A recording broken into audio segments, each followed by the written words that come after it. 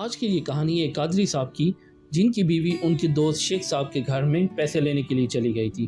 تو دیکھتے ہیں قادری صاحب کو اس بات پہ کیوں بہت زیادہ غصہ آیا اور کیا اس کا مسئلہ نکلا۔ قادری صاحب چہرے پہ بے تحاشا برہمی اور غصے کے تاثرات لیے گھر میں داخل ہوئے۔ چیخ کے بیگم کو آواز دی۔ بیگم بیچاری گھبرا کے آئی، خیر تو ہے، کیا ہو گیا؟ شیخ صاحب کے گھر گئی تھی۔ قادری صاحب نے اپنے دیرینہ، جگری اور گہرے دوست کے نام کا حوالہ دے کر پوچھا، اور تم نے ان سے کہا کہ وہ مجھ سے کہے کہ میں تمہیں شاپنگ کے لیے پیسے دوں؟ بیگم نے کہا ہاں گئی تھی اور کہا بھی تھا۔ بیگم نے اقرار کیا۔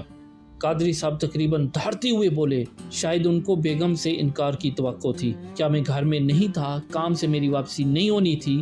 مر گیا تھا؟ مجھ سے ڈائریکٹ کیوں نہیں مانگے پیسے؟ شیخ سے کیوں مانگے؟ اللہ نہ کرے مانگے تو آپ سے ہی ہیں بس۔ شیخ صاحب آپ کے قریبی دوست ہیں، تو ان سے جا کر بول دیا کہ آپ سے کہیں کہ آپ مجھے پیسے دے دیں، بیگم نے معصومیت سے کہا۔ قادری صاحب کا غصہ سوا نیزے پہ پہنچ گیا۔ دماغ درست ہے تمہارا؟ گھر میں موجود اپنے شوہر کو چھوڑ کر تم گھر سے نکلی کسی دوسرے علاقے میں موجود میرے دوست کے پاس جا کر کہہ رہی ہو کہ وہ مجھے بولے۔ وہ کیوں بولے؟ تم نے خود کیوں نہیں بولا مجھے؟ ارے وہ آپ کتنے قریبی دوست ہیں، ان کی بات کی اہمیت بھی زیادہ ہوگی آپ کی نظر میں۔ بیگم نے قادری صاحب کے غصے کو گویا ہوا میں اڑا کر بدستور نرم اور معصوم لہجے میں کہا۔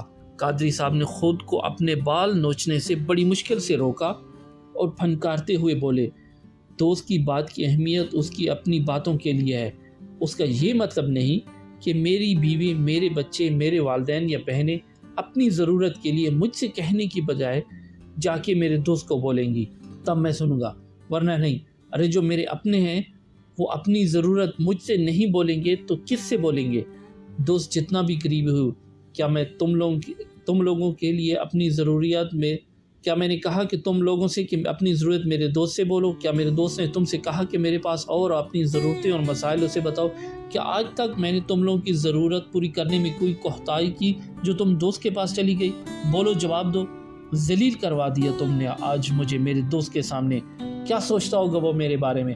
قادری صاحب بولتے بولتے رونے والے ہو گئے۔ بیگم نے اس بار بڑی سنجیدگی سے کہا، معافی چاہتی ہوں، ایک چھوٹے سے خاندان کا سربراہ ہو کے آپ کا غصہ سوا نیزے پہ پہنچا ہے کہ آپ کے خاندان کے ایک فرد، یعنی میں نے کسی غیر سے نہیں بلکہ آپ ہی کے ایک دوست سے سفارش کیوں کروائی، جبکہ آپ کا روز کا معمول ہے کہ خالق کی کائنات کی مخلوق ہوتے ہوئے آپ کبھی داماد رسول صلی اللہ علیہ وسلم سے مشکل کشائی کروانا چاہتے ہیں، کبھی بابا فرید کے در پہ کاروبار کی ترقی کروانا چاہتے ہیں، کبھی سیحن کا رخ کرتے ہیں تو کبھی شیخ عبد القادر جیلانی کی روح کو پکارتے ہیں۔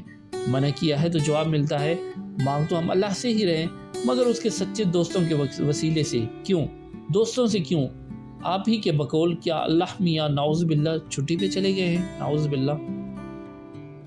مسجد گھر میں 5 وقت کی اذان میں ہمارا رب ہمیں فلاح یعنی کامیابی کی طرف بلا رہا ہے، آپ جاتے کیوں نہیں؟ اور جاتے ہیں تو کیا نماز میں اسے اپنی ضرورت نہیں بتا سکتے؟ اور جب اللہ کو اپنی حاجت بتا دی تو کیا ضرورت رہ جاتی ہے کہ بزرگوں کے در کے چکر لگائے جائیں؟ کیا ان بزرگ ہستیوں نے کہا کہ اللہ نے ہمیں تمہاری مشکل دور کرنے کا حق عطا کیا ہے؟ کیا اللہ نے کہا کہ مجھے میرے دوستوں کے ذریعے سے پکارو گے تو سنوں گا؟ جب آپ کو اپنی معمولی سربراہی میں اپنے عزیز ترین دوست کی شمولیت گوارا نہیں تو خالق کی کائنات سے اس کی کیوں امید رکھتے ہو؟ کیا خوبصورت بات کی ہے۔ غالباً سمجھ گئے ہوں گے آپ کہ میں آپ کے دوست کے پاس کیوں گئی تھی۔ بیگم نے بات ختم کی اور کمرے سے نکل گئی۔ قادری صاحب اے سی کھول کر پسینہ خشک کرنے لگ گئے۔